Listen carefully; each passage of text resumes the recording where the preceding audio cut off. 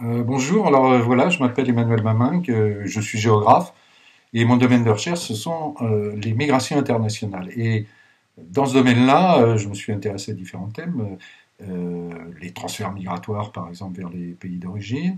J'ai également étudié ce qu'on appelle l'entrepreneuriat ethnique, l'économie ethnique, le commerce ethnique, etc. Et autre thème qui m'est cher, ce sont les diasporas, hein. C'est d'ailleurs la raison de ma présence dans ce programme e-diaspora, et notamment la diaspora chinoise.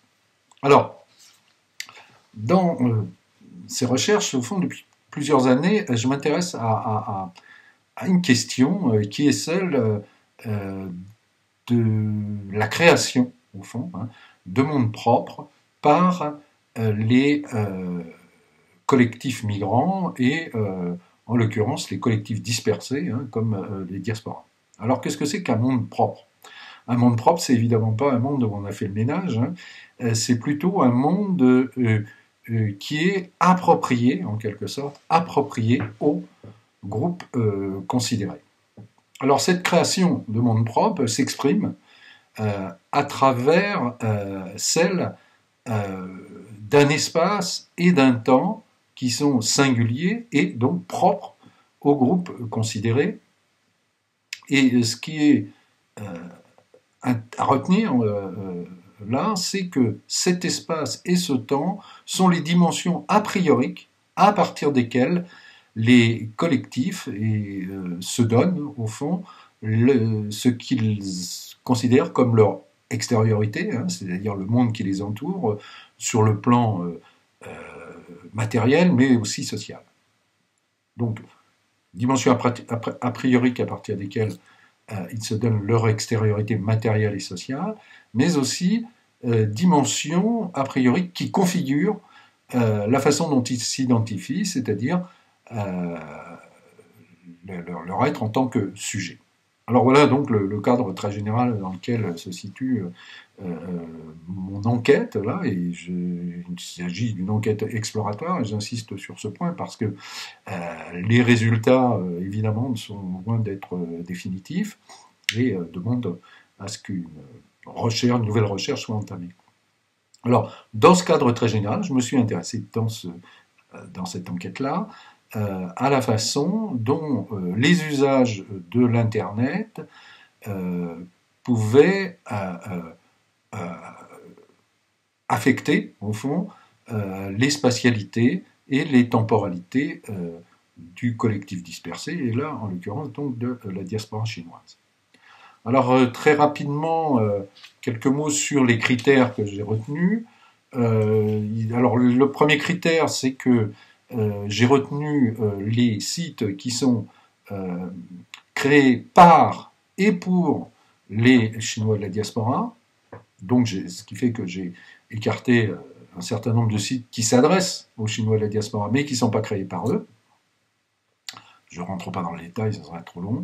Et l'autre critère qui va peut-être vous surprendre, c'est que j'ai exclu les sites qui étaient purement sinophones, hein, et qui n'utilisaient pas d'autre langue que le chinois, pour des raisons que je ne peux pas développer ici, euh, mais que vous trouverez, qui sont expliquées dans mon working paper. Alors, donc, voilà pour les critères et la constitution du corpus. Euh, Quelques mots sur les résultats. Alors, il y avait, au fond, j'ai obtenu des résultats qui étaient, pour la plupart, enfin, auxquels je ne m'attendais pas du tout, hein.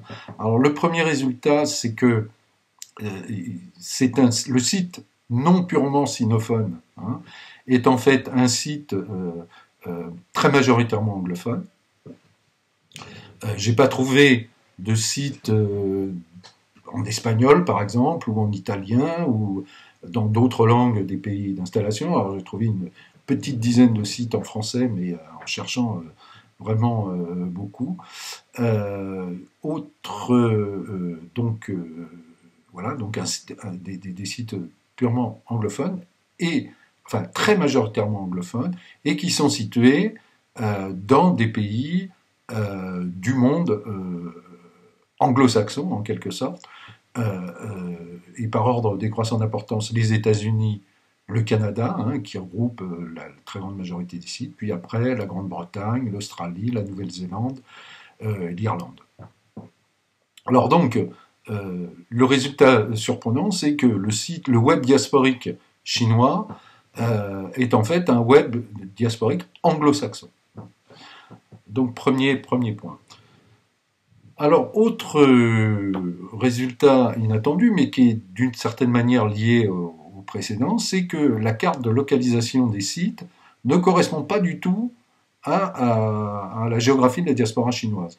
Comme je vous l'ai dit, ces sites sont très majoritairement situés dans des pays anglophones et notamment en Amérique du Nord, puisque le Canada et les États-Unis accueillent à peu près environ 90% des sites, alors que la diaspora chinoise, elle, n'est pas du tout localisée dans sa majorité aux États-Unis, puisque c'est moins de 10% de la diaspora, mais au contraire, elle est localisée à 75% en Asie du Sud-Est, en Indonésie, en Malaisie, en Thaïlande, etc., etc. Donc, résultat assez surprenant également.